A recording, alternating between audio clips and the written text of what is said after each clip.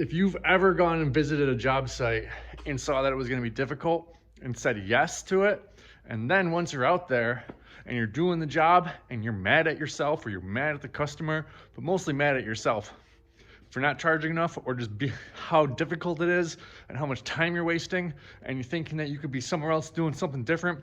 If this job wasn't so difficult and why did you say yes to it, then you did not charge enough.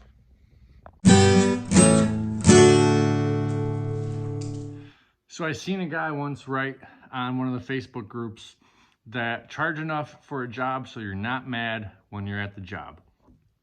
And that is great advice. I'm going to tell you the stories, 3 stories where I was really mad, but they kind of all over the place, stories that I've heard. Like if someone wants you to set up chairs the day of the event, but you dropped everything off Wednesday, and now you have to drive an hour back, set up chairs, wait for the ceremony to be done, then take them down, that sucks. Charge a lot of money for that. If you're bringing 2 people, charge $50 per person per hour or more. That is very inconvenient. Saturday is like usually the only day that event rental people have off or not as busy.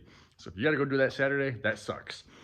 My stories mostly involve frame tents.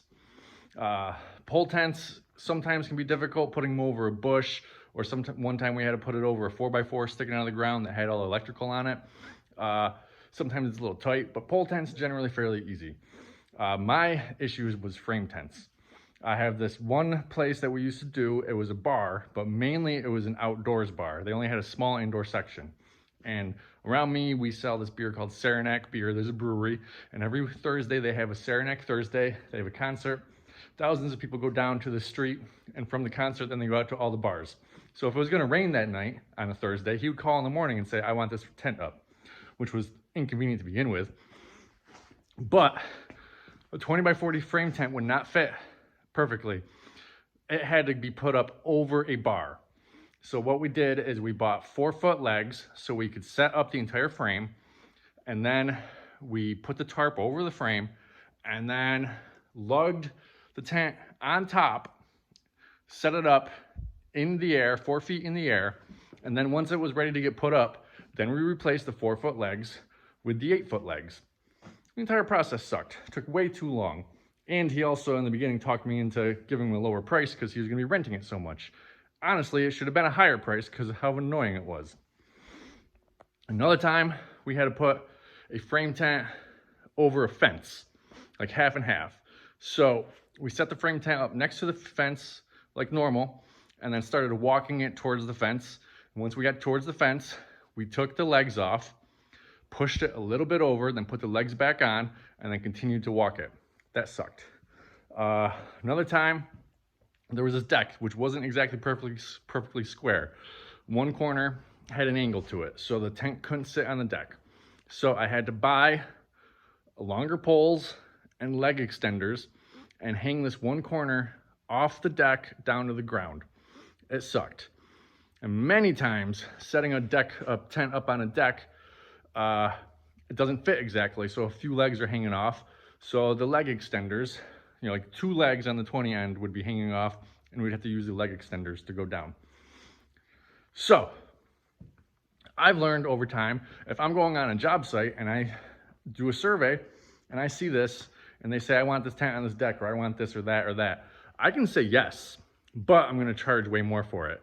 I charge double to go on a deck. Even if the tent is going to fit perfectly, I charge double for the tent. If the tent's $500, I'm charging $1,000 because you gotta be careful not to scratch their deck. You gotta put down little mats underneath the feet. You gotta figure out a weight situation because you might not be able to get concrete blocks up there. You gotta figure out how to tie things off. So if it fits exactly, I'm still charging double. If it doesn't fit exactly and I gotta buy something or use my extender feet or have to walk a tent from one position to another, I'm gonna charge more than double. And when I'm on that job site doing this, hopefully I don't feel upset that I'm there, upset that I took the job. I won't feel happy because it's gonna suck, and the 3 hours that would normally take 1 hour to do, I'm gonna be thinking I could be somewhere else, blah, blah, blah. But I'm not going to be mad. I have charged an appropriate price to be okay with the situation. Now, I do not do chair setups and chair teardowns the Saturday of their wedding, I just say, I'm sorry, we don't. We just drop them off and you take care of it. And so, you know, sometimes they just find someone else or they pay someone to do it. But I'm not taking my Saturday to go out and do that. In the past I have, and I did charge a boatload. I think for myself, it was $200 an hour for me to go out there and do it. I have actually I have been hired to be an on-site person. They wanted someone on site in case anything went wrong. And that's annoying because that's your Saturday night up until midnight, 1 o'clock. And I charge $200 per hour for that. You got to make money on your time. You can't just charge what your time is worth just to exist.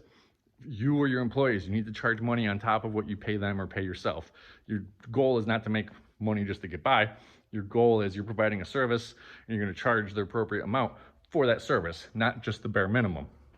So even if you had an employee out somewhere and you pay them $15 an hour, that's not what you're going to charge the customer. You're going to charge the customer 50, 60, 100, 200, depending on what it is, per hour to have someone out there. So if a job comes up and it seems annoying, you could just say no, pass it. Someone else will come along and do it. You'll get your tent out somewhere else. But if you want to do it, take into consideration how annoying it's going to be and charge appropriately so that when you're on that job site, you're not mad at yourself or mad at the customer. You're just okay. Or charge way more so that you're just like, yeah, this is crazy. I'm getting $5,000 to do a $1,000 tent because it's so difficult. I'm happy about this. So just remember that piece of advice. Charge enough so that you're not mad when you're doing the job. Thanks for watching.